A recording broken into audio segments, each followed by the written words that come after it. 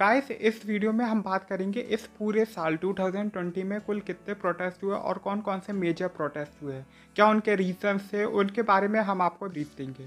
तो शुरुआत करते हैं शुरू से। जब 2019 के एंड में एक बिल आया था CAB और बाद में जनवरी फरवरी में उसी का ही प्रोटेस्ट हुआ था CAA, सिटीजन अमेंडमेंट एक्ट। यह एक्ट ये कहता था कि अफ़गानिस्तान, बांग्लादेश और पाकिस्तान से जितने भी नॉन मुस्लिम्स है या फिर हम कहें जितनी भी माइनॉरिटीज़ है वो इंडिया में आके बस सकते हैं, उनको सिटीजनशिप दे दी जाएगी। लेकिन ये मुस्लिम्स पे एप्लीकेबल नहीं था।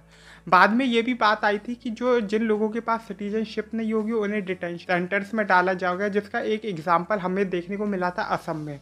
असम में कई लाखों लोग आज भी डिटेंशन सेंटर्स में रहते हैं क्योंकि उनके पास सिटीजनशिप नहीं है। सिटीजन्स अमेंडमेंट एक्ट में ही मोस्टली जो प्रोटेस्ट है वो इसके अगेंस्ट हुए थे, इस एक्ट के आने के। लेकिन कई जगह इसके फेवर में भी हुए थे, जिसका जो क्लैशेस था वो दिल्ली में देखने को मिला था और जिसकी वजह से दिल्ली रॉयट्स भी हुए थे, दिल्ली में दंगे भी हुए थे, दिल्ली दंगे।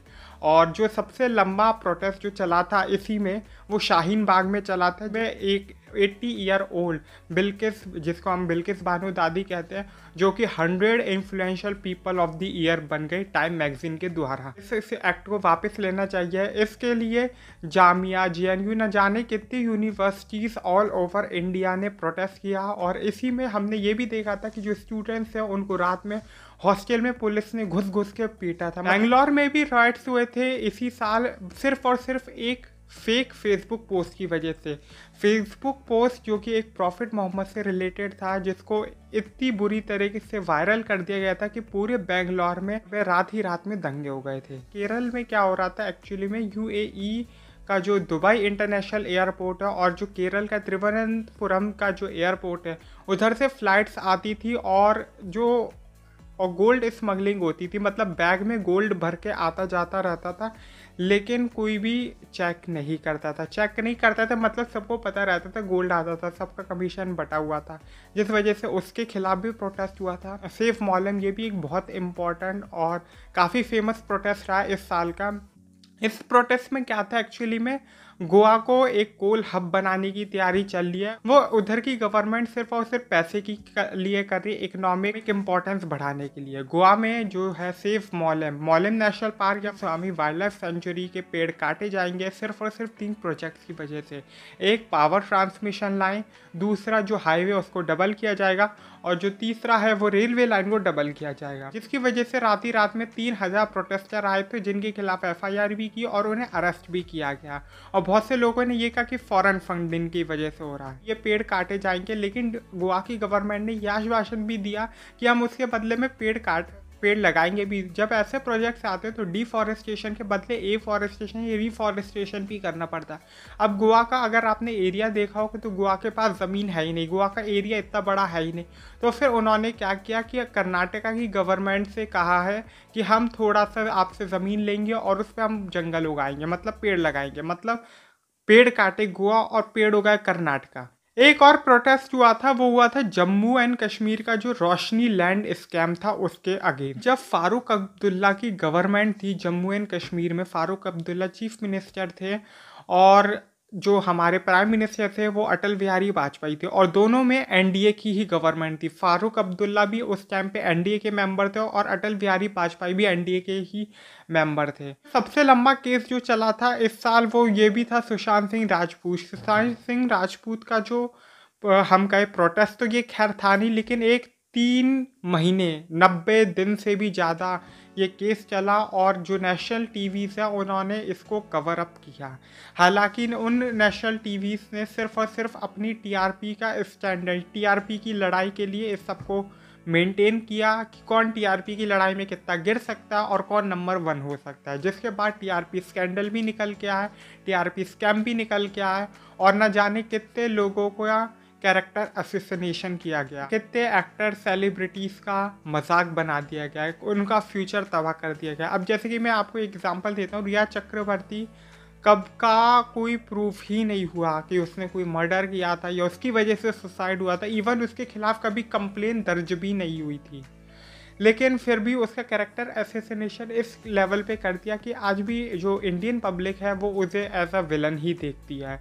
और क्या हम ये सोच सकते हैं कि वो दोबारा कम बैक कर सकती हो? और ऐसा रिया चक्रवर्ती नहीं, कई सारी सेलिब्रिटीज़ के साथ कुछ ऐसे हुआ था इस केस में भी। और सुशांत सिंह राजपूत के बाद जो एक सबसे पॉपुलर प्रोटेस्ट आया था, जो हुआ था, वो हाथरस हॉरर केस हुआ था। या हम कहें जो गुड़िया थी, जो हमने हाथरस का जो केस हुआ था, वो एक्चुअल में पूरा का पूरा निर्भया जैसा था। बस फ़र्क इतना था निर्भया और इसमें कि निर्भया के सपोर्ट में तो काफ़ी लोग उतर आए थे और काफ़ी लोगों ने धरने दिए थे और लंबे टाइम तक चला था।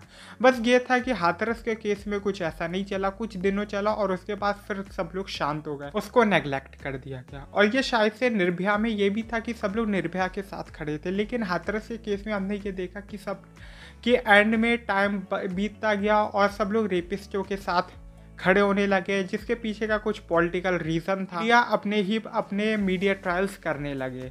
हालांकि उससे होता कुछ भी नहीं है। आरुषि का केस भी आज तक इसलिए सॉल्व नहीं हुआ, वो सिर्फ और सिर्फ मीडिया ट्रायल्स की वजह से, क्योंकि जो मीडिया ट्रायल्स थे उन्होंने इस केस को इतना पेचीदा या उलझा के रख दिया था कि आरुषि का केस आज भी अनसॉल्व ही रह गया। और यही एग्जाम्पल है कि इस केस के साथ भी कुछ ऐसी मिस हैंडलिंग की है मीडिया ने। सबसे बड़ा रोल था वो यूपी पुलिस का था। यूपी पुलिस ने सारी हदें पार कर दी थी सिर्फ और सिर्फ उसको छुपाने में, सारी की सारी इस केस को दबाने में। अगर मान लीजिए ये प्रोटेस्ट होता नहीं तो शायद से ये पता ही नहीं चलता कि ऐसा कुछ हुआ है। और इस साल का जो सबसे बड़ा इवेंट था, या मैं कहूँ एक ऐसा जो शायद से इंडिपेंडेंट इंडिया ने कभी नहीं सोचा था, वो था corona virus lockdown. Corona virus के चलते लॉकडाउन लगा देगी और इंडिया इकलौता ऐसा देश है कि जहाँ पे हम कुछ 100 या हज़ारों में थे तब लॉकडाउन लगा देगी, और जब खोला गया जब हम लाखों में थे, और अब तो हम करोड़ों। आप खुद ही सोच सकते हो हम लोग कहाँ पर हैं। खैर, इसके रहते हुए ये एक अनप्लैंड था, क्योंकि मुझे नहीं पता किससे पूछा था, क्योंकि कई बार क्वेश्चन पूछा गया कि आपने राय किससे ली थी, क्या किसी कमेटी ने ये डिसाइड किया था, या फिर कई लोगों ने इसके ऊपर मीटिंग चली थी या चर्चा चली थी। आज तक कोई जवाब नहीं दिया गया। सिर्फ मन में आया कि लॉकडाउन लगा दो, पूरा देश, संपूर्ण भारत बंद कर दिया, जिसके रहते कई सारे लोगों ने सुसाइड कर लिया, क्योंकि जो हमारे डेली वेज वर्कर्स थे उनके पास काम नहीं मिल रहा था, रहने को के लिए पैसे नहीं थे, खाने के लिए पैसे नहीं थे। तो जो हज़ारों किलोमीटर दूर अपने गाँव घरों से रह रहे थे उन्होंने तो खैर सुसाइड कर लिया, और न जाने कितने लाखों करोड़ों लोगों का माइग्रेशन देखने को मिला। और यह पूरे वर्ल्ड में चर्चा का विषय बन गया था कि इंडिया का माइग्रेशन, लोग हज़ारों किलोमीटर पैदल चलने को तैयार थे, साइकिल पे लोग जा रहे थे अपना सामान, बोरिया, बिस्तर लाद के वापस अपने गांव। शहर खाली हो रहे थे क्योंकि माइग्रेशन वापस अपनी तरफ जा रहे थे। एंड में मैं स्टूडेंट्स की भी बात कर ही लेता हूँ कि जो स्टूडेंट्स थे उन्होंने भी बहुत प्रोटेस्ट किया। स्टूडेंट्स ने प्रोटेस्ट किया क्योंकि रेलवे के एग्ज़ाम्स थे, फिर एसएससी के भी एग्ज़ाम्स थे जो पोस्टपोन होते गए, लेकिन अभी तक पता नहीं डेट्स आई हैं या एग्ज़ाम हो रहा है कि नहीं हो रहा है। 11th-12th के भी बच्चे, या फिर हम कहें 12th पास बच्चे भी इन प्रोटेस्ट में देखने को मिले थे।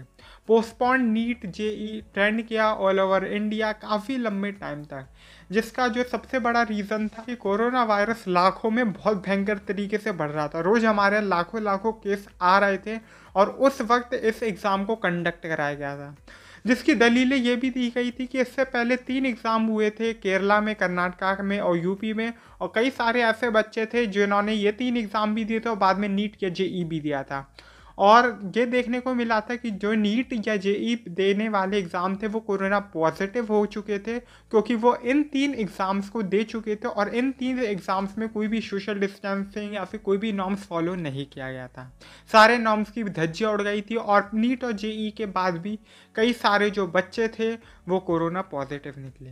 और फार्मर प्रोटेस्ट जो हाल ही में चल रहा है, इस साल बहुत प्रोटेस्ट हुए थे, लेकिन ये इस वक्त के जो चर्चा में रहे ये सारे वो प्रोटेस्ट थे जो हेडलाइंस में रहे, मेजर प्रोटेस्ट थे इस साल के। तो फिर ब्रीफ था, तो मिलेंगे आपसे नए टॉपिक पर एक नए वीडियो में। तो मेरा चैनल सब्सक्राइब कर दीजिए, इस वीडियो को लाइक कीजिए, शेयर कीजिए ज़्यादा से ज़्यादा, और कमेंट कर दीजिए आप अपने व्यूज़ जो भी देना चाहते हैं, क्योंकि मैं कमेंट का रिप्लाई देता हूँ। और अगर आप चाहते हैं कि मैं आपके किसी रिलेटेड टॉपिक पे अगले वीडियो में बोलूँ तो वो भी आप मुझे कमेंट करके बता सकते हो।